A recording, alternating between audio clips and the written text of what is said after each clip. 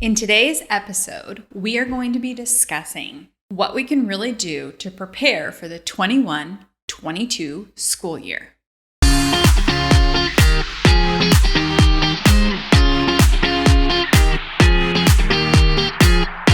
Hi everybody, welcome back to my channel. My name is Leena Saleh, the Edtech Guru, where we are disrupting edtech and education. All right, let's do this.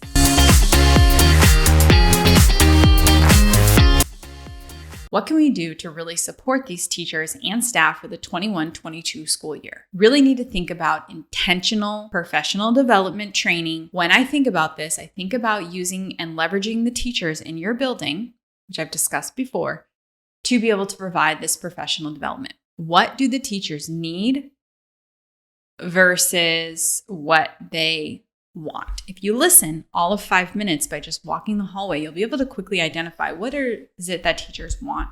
What is it that they need? We really just need to set teachers up with that. Another thing that we really need to think about is really how to leverage collaboration. A lot of times we are not leveraging collaboration to the way that it should be leveraged. We have kindergarten teachers working independently and not building their curriculum together. There's just a unique opportunity here to be able to provide co-teaching models, bringing the students together. That used to always be my favorite way to teach is we would team teach. I did this when I taught in almost any single grade level I've ever taught in, is to be able to take the kids together and give them different opportunities. It also teaches them to respect more individuals. And then when you can team teach, it just takes the responsibility off of just one sole person. Teachers already have so much weight to carry on their shoulders, and we don't want to add to the weight that they carry. Leveraging collaboration. Another part of that leverage of collaboration is bringing industry to the table. Industry has been a stakeholder that has woken up during the pandemic and realized how much they really do want to help. They really want to be part of K-12 education. Also parents, but really industry stakeholders really want to have a position here. So they can come in and co-teach with your students. You may not know about circuit boards to the fullest magnitude, but why can't you call in somebody from the power company to come in and talk a little bit about that? Try to solve some certain problems that are in your area.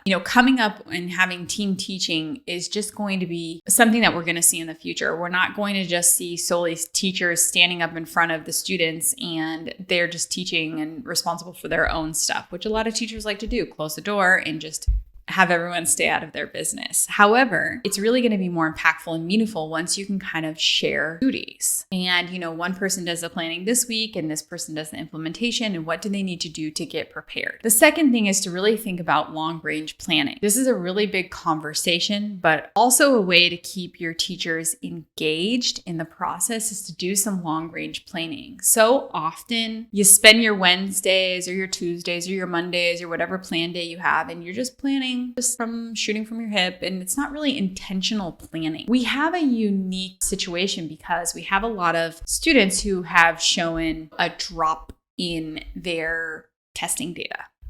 This is to be expected. The number one reason for why this is to be expected, and this is going to be a controversial point, but is that we spend so much of our day-to-day prepping students for the tests that they have the skill set to actually pass the test. So do I think that these scores really represent what the students were able to learn in this school year? I do not. I think students actually walked away with greater knowledge base and maybe a different skill set within the tested assessments that will leave them in a much better position. They learn how to do skills with navigating between tasks and doing time management and just a really wealth of different resources that they would have never been able to do before, asking their parents for help, really having to communicate what their issues are. It really just created a different skill set, which no one has been talking about. These students were able to achieve such great opportunities. I was talking recently with a teacher. She teaches second grade, and the first time that these second graders come in, they've never seen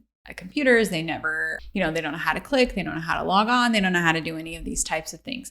But this year they had to learn so quick, and they had other people helping them. And then what they were able to achieve is what the previous grade level was able to achieve. The second graders were able to achieve what the third graders used to be able to achieve. That's because we took risks, and the risks in the long run paid off. I really hope we don't lose this innovation that we've been taking into account. Teachers were thinking more long range. What did they want their students to do? And how could they really prepare each other to get there? And they were lifting each other up and helping each other to get to those points. Long range planning is really important. Think about, what do you want the students to achieve at the end of the school year? What do you want them to achieve by the end of quarter 1, quarter 2, quarter 3, and then by the end of the school year? So when you start doing this long range planning, then look around you. There's so many issues everywhere in every different city that every city is facing. So here in Texas, right, we just had this crazy storm in which the power went out, and there's still been issues from too much heat, and just so much things are affecting the Texas grid. Why can't the students look into that issue and see what's going on? What is the cost? Why is the cost variables changing? What's the difference between fixed costs? What's the difference between variable costs? Can you bring in experts from the field to be able to come and share their experience? Why did it fail so miserably? What could we do? What can we do in the future? What can we do to prepare in all different lens points? And having the students think from those lenses. This gives them ability to fail. Teachers, you're going to fail. Just realize it. It happens every single day. You prepare a really good lesson. You think you're hitting it out of the park. And then you speak to your students and they look at you like, what?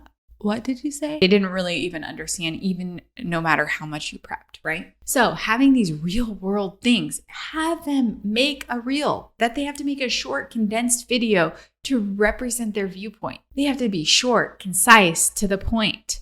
That's what we want them to be. We want them to have so many details that doesn't make sense. We want to encourage students to have this really enriching learning. The next thing that should be thinking about is, how do we support our administrators and superintendents? A lot of times we have these programs and we are enriching our teachers, but the quickest stopping point for really innovation happens at the administrative level. So what can we do to support them? Should we, as the Texas Education Agency, should the Colorado Department of Ed, should the Federal Department of Ed step up and say, how can we support our superintendents to be able to ensure the greatest innovation? Listen, this world is full of startups and technology companies and just different things that are seeing a crazy change. If you think about just food itself in restaurants during this past year from the pandemic, they had to go from solely only offering in-person dining all the time to then maneuvering to offering their delivery services. Then how do they keep the food warm? So thinking about that, they had a lot of failure that they had to face throughout the pandemic. Do they just shut the doors? What do they do with the cost of that? So there's just different components that happen there. Innovation is just happening.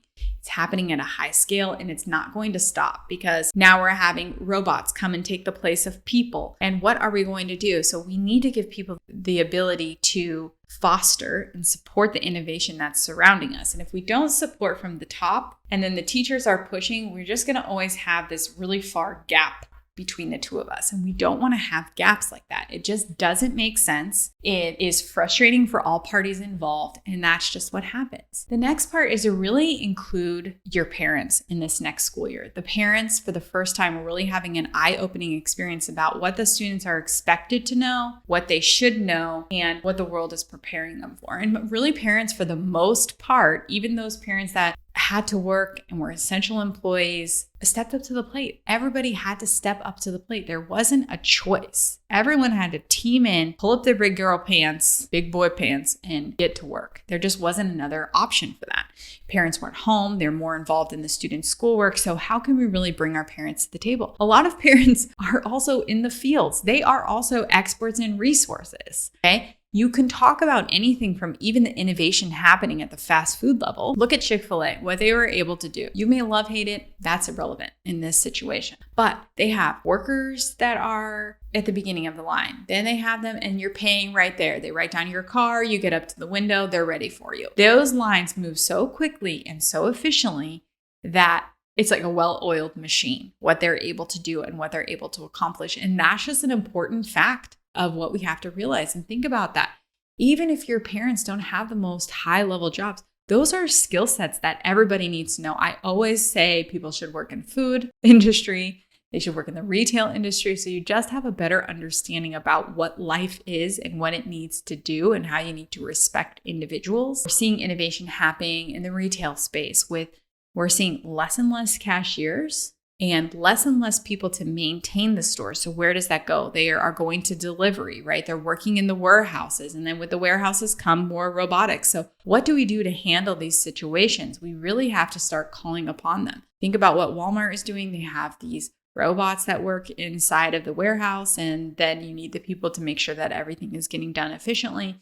And more things are moving towards delivery and less towards the retail industries themselves. It's just changing. It's changing so much. And the pandemic really helped to push that along. So when we talk about those pieces, it's okay to also talk about what's happening in the real world. I've seen disgusting board meetings about people not wanting to, one way or another. They don't want things to be changed and they want things to be changed, and vice versa. And just the animosity that's happening between them and the yelling and screaming that's happening at these school board meetings, it perplexes me. But the truth and reality is there is conflict all around us all the time. So you don't have to necessarily talk about that specifically, but how do we handle when someone has a different opinion than us?